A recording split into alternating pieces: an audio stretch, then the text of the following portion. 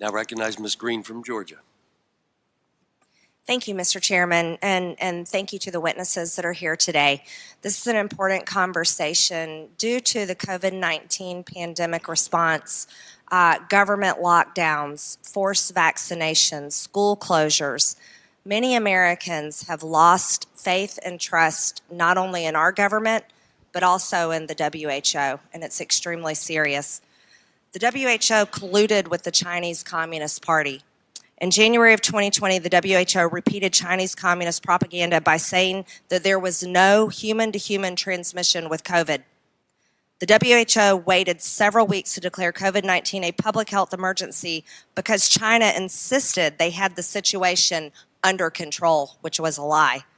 The WHO did not impose any travel restrictions, unlike President Trump, to help slow the spread of COVID-19 because China did not want their economy to slow down.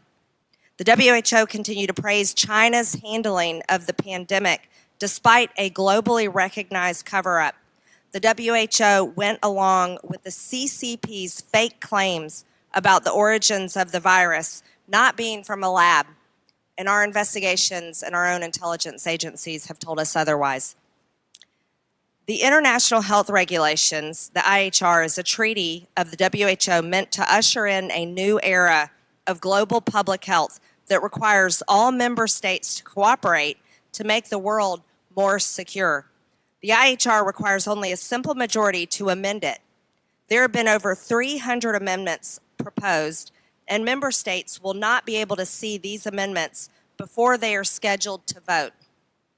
At an October 2023 meeting, the working group compiling the amendments for the 77th World Health Assembly in May 2024 was told that they do not have to produce their document before the meeting.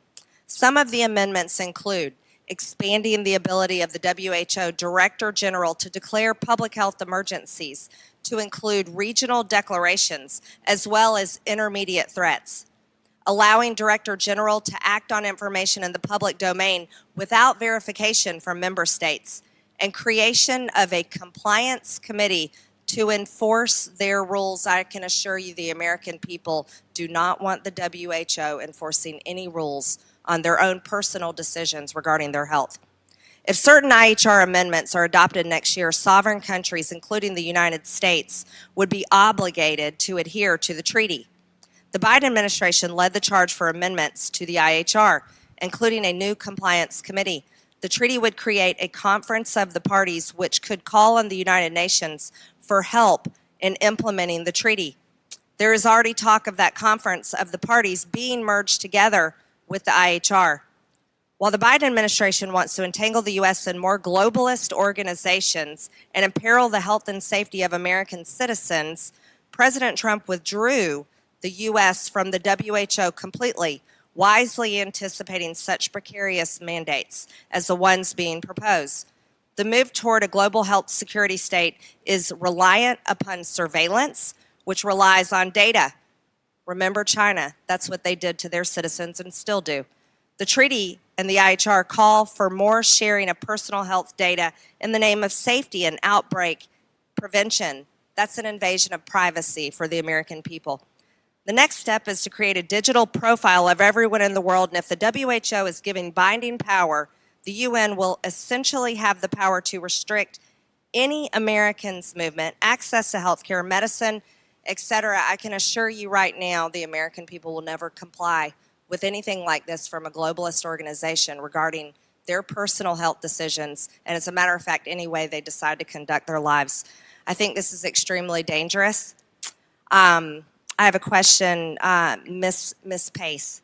The working group for the IHR were told recently they did not have to produce their final draft of proposed amendments to the IHR for the 77th World Health Assembly until the event in May 2024.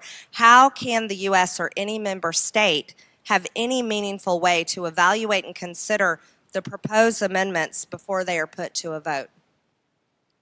Thank you very much for the question, Madam Congresswoman.